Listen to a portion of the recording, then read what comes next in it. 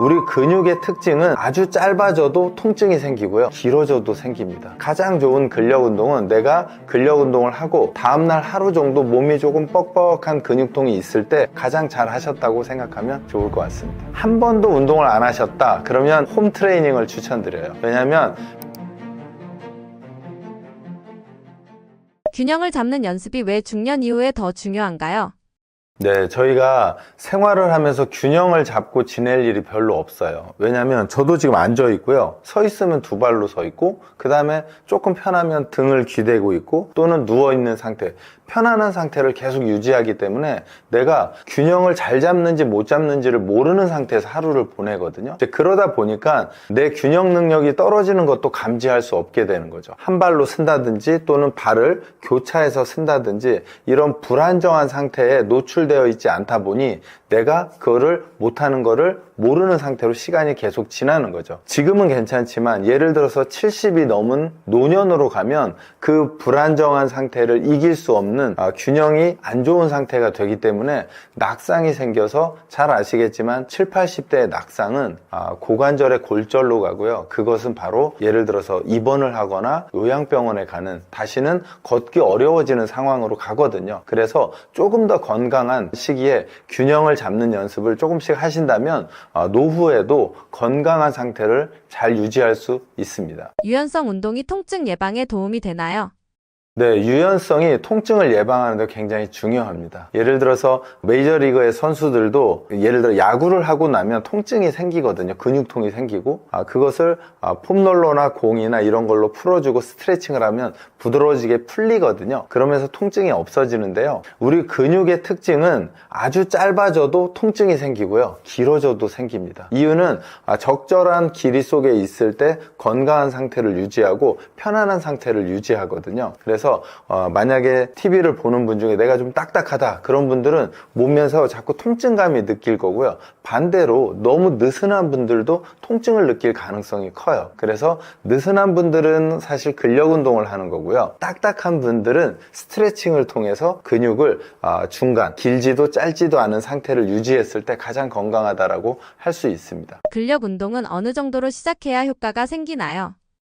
근력 운동은 아마 제가 볼 때는 유산소 운동, 심폐지구력보다도 좀 더 어려워 하시는 것 같아요. 왜냐면 배워보질 않아서 그렇거든요. 기본적으로 근력 운동은 주 3일을 추천하거든요. 근데 주 3일을 추천하는 이유는 하루 운동을 하고 나면 약간의 근육통이 생겨요. 근육통이 생기면 그 근육통을 회복하는데 하루를 편안하게 보내죠. 그리고 다음날 다시 운동을 하다 보니 주 3회를 추천하는 거거든요. 그렇다면 운동의 강도, 어떤 운동을 얼마만큼 할지는 내가 오늘 근력 운동을 했을 때 다음날 약간의 근육통이 생기게 해야 된다는 것입니다. 만약에 생기지 않으면 자극이 약해서 근육이 성장하지 못하고요, 또 반대로 너무 과도하게 운동하는 분들이 있거든요. 그런 분들은 근육통이 이틀, 3일씩 가면 우리 몸에 염증 수치가 너무 높아져요. 그래서 가장 좋은 근력 운동은 내가 근력 운동을 하고 다음날 하루 정도 몸이 조금 뻑뻑한 근육통이 있을 때 가장 잘 하셨다고 생각하면 좋을 것 같습니다. 심폐 운동은 반드시 숨이 찰 정도의 강도로 해야 하나요?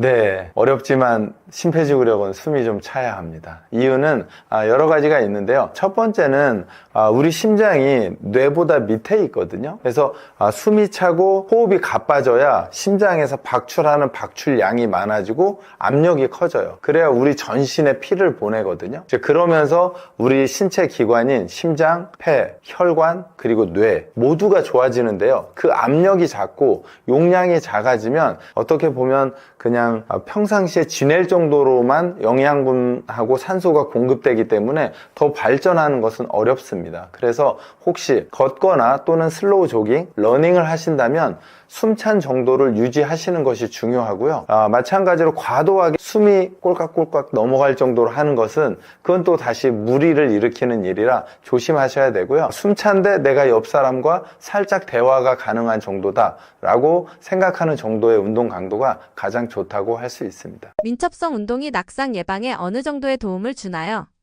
민첩성 운동은 약간 어떤 거지? 생각하실 텐데 이런 거예요. 제가 이렇게 서 있다가 발을 잘못 디뎌서 발목이 살짝 돌아갔을 때 우리 뇌는 발목이 넘어갔구나를 감지해야 돼요. 그러면 바로 뇌가 발이 넘어가면 다치니까 빨리 발을 옮겨. 그럼 반대발로 균형을 잡기 위해서 넘어간 발 쪽으로 발을 빠르게 옮기는 이런 동작이 민첩성이거든요. 또는 예를 들어서 그럴 때 있으시죠. 펜 같은 거 이렇게 쓰다 놓쳤을 때 젊었을 때 내려가는 걸 아마 이렇게 중간에 잡은 적도 있으실 거예요. 근데 지금은 불가하실 거예요. 하면 그냥 바닥으로 떨어져 있는 거죠. 이거는 내가 어떤 변화에 대응하는 속도가 늦어지는 거예요. 그래서 낙상이라는 게 이런 두 가지 원인에서 내 몸이 균형을 잃었을 때 우리 몸이 그것을 빠르게 감지해서 내 몸을 빠르게 돌려놓는 거죠. 차로만 하면 뭐 아주 비싼 차들은 내 타이어의 공기압이 어떻게 됐는지, 문은 닫혔는지, 그 다음에 뭐 안에 공기는 어떤지를 다 감지하듯이 그렇게 만드는 게 이런 민첩성이라고 생각하시면 되고,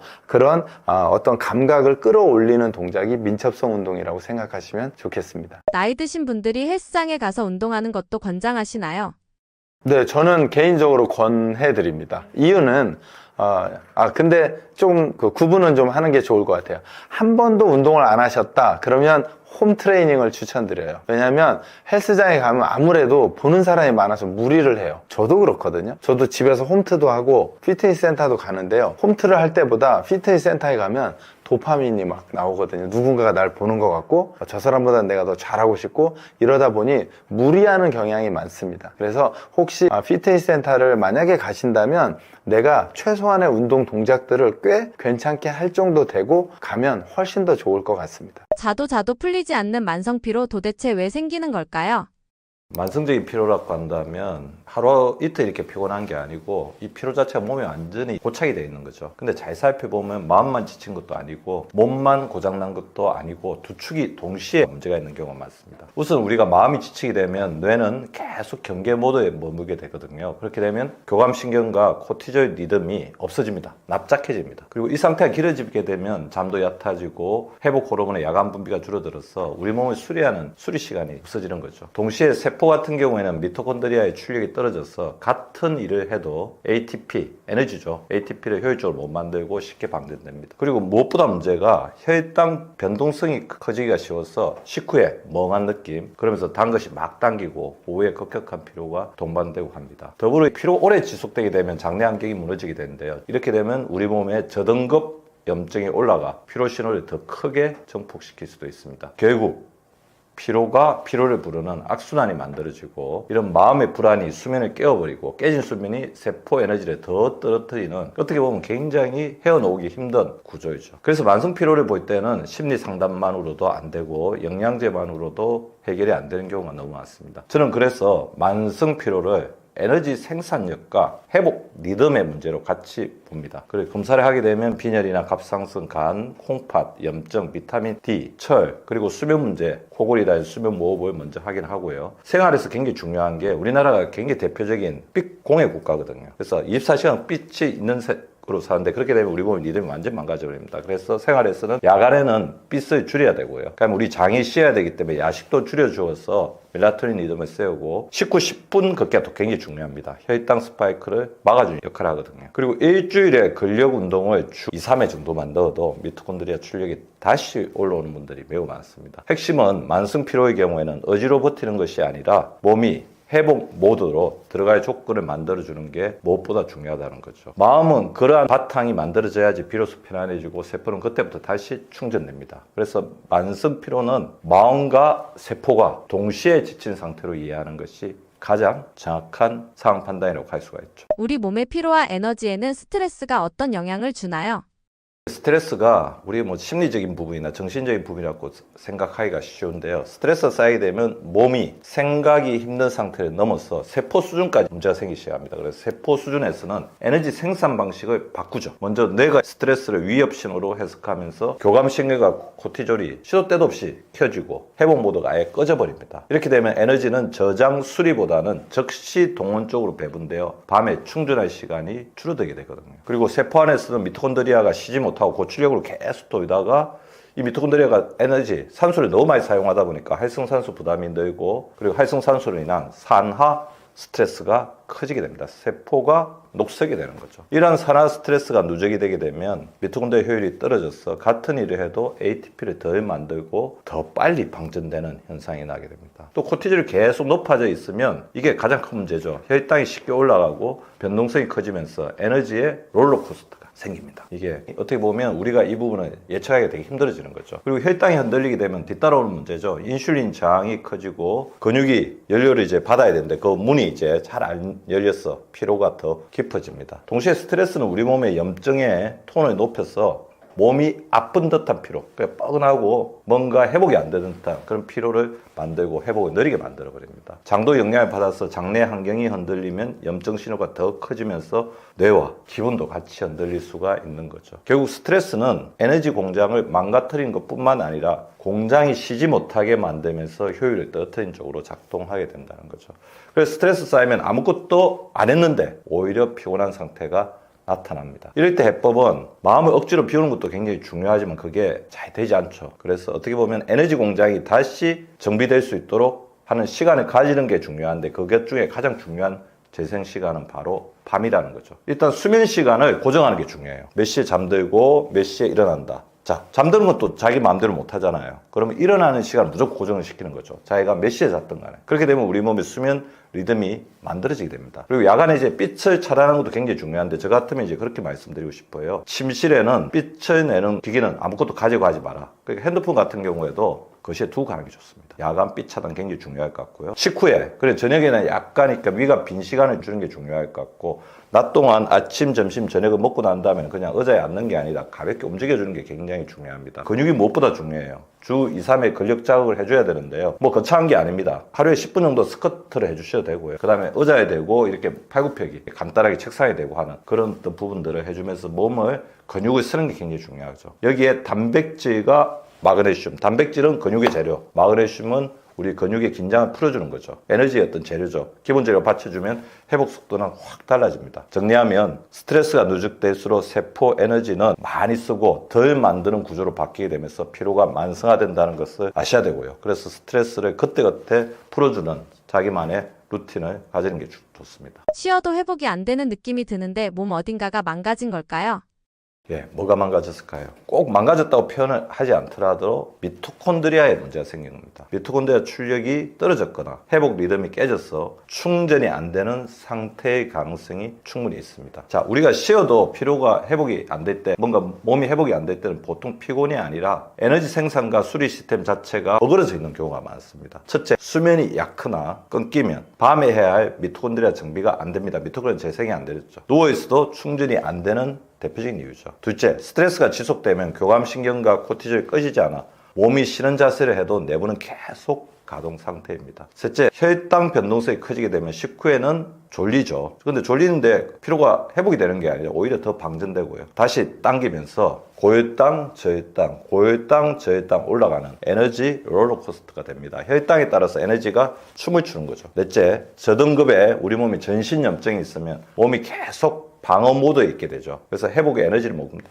저등급 염증이라고 하면 그거예요. 우리가 염증이 확 오게 되면 우리 몸의 면역세포가 그걸 확 동원돼서 청소를 해버리는데, 대응을 해버리는데 낮은 등급의 염증이 몸속에서 계속 있으면 산에 잔불이 계속 남아있는 것과 똑같아요. 면역세포가 쉬지를 못하게 된다는 거죠. 더불어 빈혈이나 철, 결핍, 갑상선의 이상, 수면 무호흡 같은 문제는 미토콘드리아가 열심히 일하고 싶어도 재료와 산소가 부족한 결과를 초래해서 출력이 안 되게 됩니다. 그래서 쉬어도 회복이 안 된다는 것은 미토콘드리아의 파손 문제도 있겠지만 오히려 출력을 가로막는 조건이 지속된다는 신호일 때가 많습니다. 저는 이럴 때는 이렇게 순서를 잡고 고치기를 말씀드립니다. 수면의 질부터 일단 체크하십시오. 코골이, 중간에 각성이 되는지, 기상 후 필요한지부터 확인하시고요. 혈당 스파이크 패턴과 식후 졸림을 체크하십시오. 그래서 요즘에 연속 혈당계 같은 것도 있으니까 그런 부분에 또 사용해 보신 것도 도움이 될 것 같아요. 평생 자주 이렇게 하실 필요는 없겠지만 평생에 한 번 정도는 일주일에서 2주일 정도 자신의 혈당이 어떤 식으로 춤추고 있는지를 아는 것도 굉장히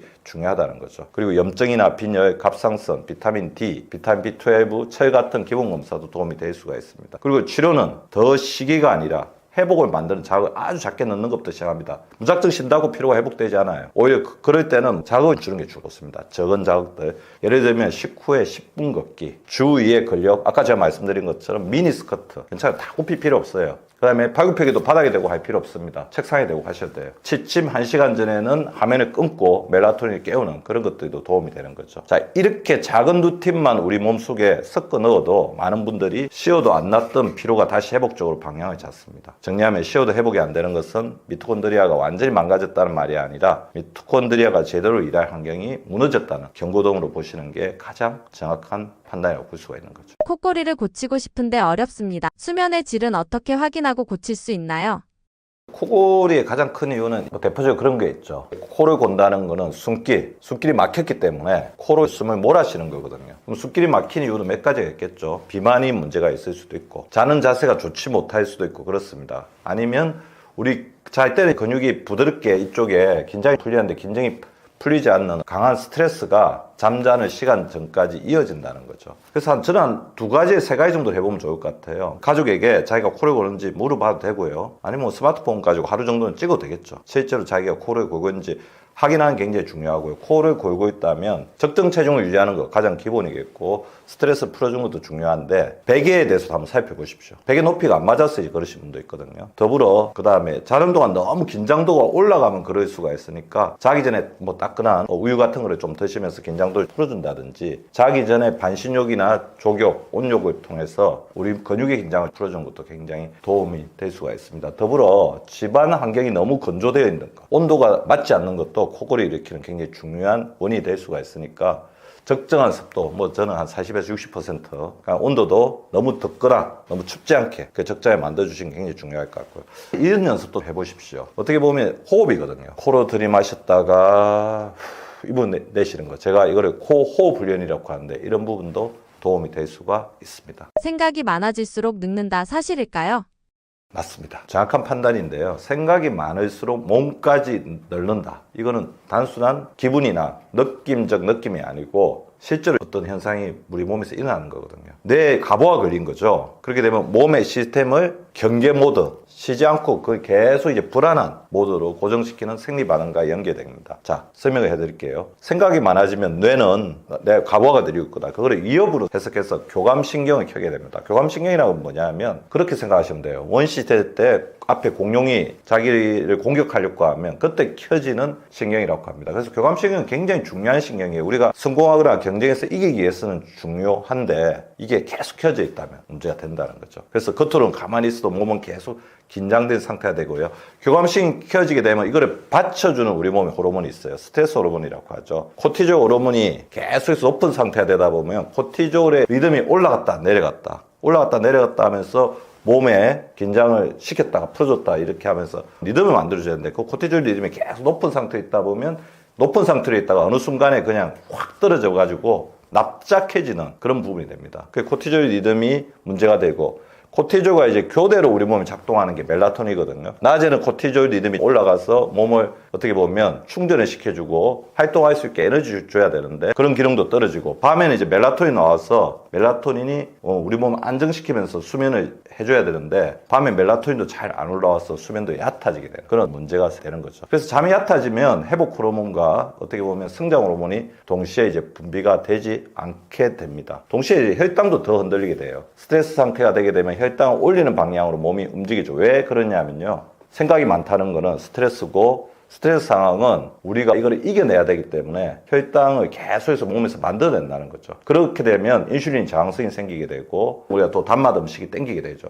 그 단맛 음식을 먹게 되면 고혈당, 저혈당, 식후 스파이크가 급락이 반복되면서 더 피곤해지게 됩니다. 그리고 생각 가행은 몸의 염증 톤을 올리거든요. 그래서 몸이 무거운 피로 같은 느낌을 만들 수 있게 합니다. 결국 마음의 소음이 커질수록 몸은 회복 대신 방어의 에너지를 쓰게 되고, 그래서 피곤한데 잠은 안 오고 쉬어도 개운하지 않고 작은 일에도 지치는 패턴이 생기게 됩니다. 철학적으로는 마음이 과거와 미래를 오가면서 현재를 떠나 있는 거죠. 생각이 많다는 것은 과거의 후회, 미래의 불안, 굉장히 안 좋은 거예요. 몸은 계속 대비 태세를 유지하게 됩니다. 몸은 현재에만 살 수 있는데 마음이 멀리 가 있으면 몸은 안전을 확보하려고 긴장을 풀지 못하는 어떻게 보면 굉장히 불행한 이제 몸이 되죠. 마음이 자기를 지켜주는 게 아니라 마음이 오히려 어디로 계속 자기를 땅떨어지 같은 곳으로 떠밀게 된다는 것입니다. 그래서 널는 느낌의 본질은 나이가 아니라 이 몸의 회복 리듬이 사라진 상태라고 보시는 게 좋습니다. 자, 저는 그래서 한 두 가지 정도를 말씀을 드리겠습니다. 생각 중지 훈련도 해보시기 바라요. 자, 생각 중지 훈련은 뭐냐면, 자,